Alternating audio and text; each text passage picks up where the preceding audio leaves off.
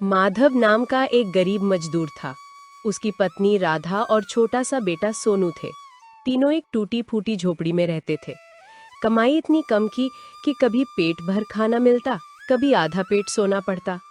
फिर भी माधव हर दिन सोनू से कहता, बेटा, गरीब होना गलत नहीं, पर ईमान खो देना सबसे बड़ी गरीबी है।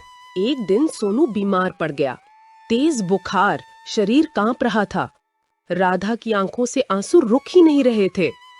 पास में डॉक्टर था, पर दवाई के पैसे नहीं थे। माधव ने जेब टटोली तो बस कुछ सिक्के निकले, जो दवाई के लिए काफी नहीं थे। थका हारा वो दवाई की दुकान के बाहर बैठा सोच रहा था कि अचानक उसे जमीन पर एक पर्स दिखा। उसमें काफी पैसे और कुछ कागज थे। दिल में ख्याल आया, अगर ये पैसे रख लूं, तो सोनू की जान बच सकती है। पर तभी उसे अपने ही शब्द याद आए। ईमान सबसे बड़ा धन है। उसने पर्स खोला। अंदर पहचान पत्र था। वो सीधा उस पते पर पहुंचा।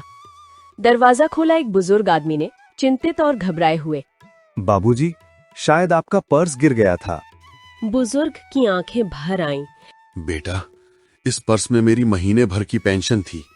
अगर ये खो जाता तो मैं बर्बाद हो जाता। उन्होंने माधव को गले लगा लिया और बोले, तुम जैसे ईमानदार लोग ही दुनिया की उम्मीद हो। उन्होंने इनाम में कुछ पैसे माधव को देने चाहे।